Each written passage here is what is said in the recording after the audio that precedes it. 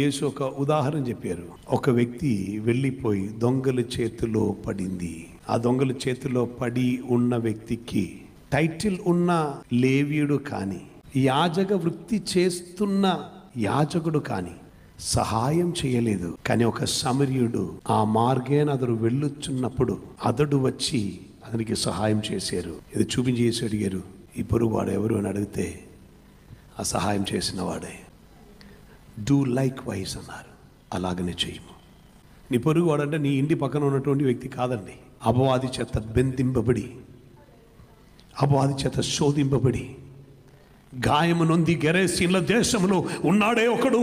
యేసు అనే మంచి సమరయుడు వెదకి వెళ్ళారు. నీ వెదకి వెళ్ళాలి. అనేకులు ఉన్నారు.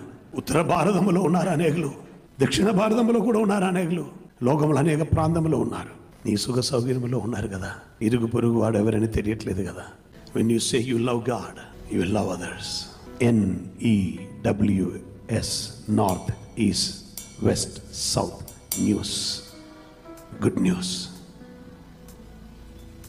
ఆ సిలువ మనకు చూపిస్తున్నది, నేను తండ్రిని ప్రేమిస్తున్నాను, చేతులు చాపి నేను మిమ్మల్ని కూడా ప్రేమిస్తున్నాను. If you love God, you will share the love of God.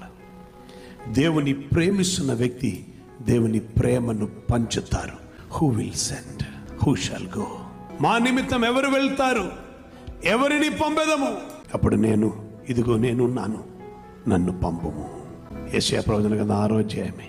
Why you are not hearing that? మీకు మాత్రం అది వినిపించట్లేదా?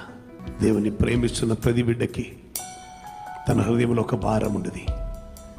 ఇది 10 మందికి పోయి చేరాలి. ప్రార్థనకి ఉన్న అర్థం ఏం తెలుసా? నీ ప్రార్థనలో కనెక్ట్ అయితే నీ పరులతో కూడా కనెక్ట్ అవుతారు. నీ ప్రార్థనతో దేవునితో కనెక్ట్ అయితే దేవుని పిల్లలైన మిగిలిన వారితో కూడా నీవు కనెక్ట్ అవుతారు. కుల, మత, వర్ణ, వర్గ, భాష వ్యత్యాసం ఏది చూడకుండా ఈ సత్యం అనేకులకు పోయి చేరాలి చేరాలి అని ఒక తపన, ఒక భారం, ఒక ఏడ్పు నీలో ఉండదు.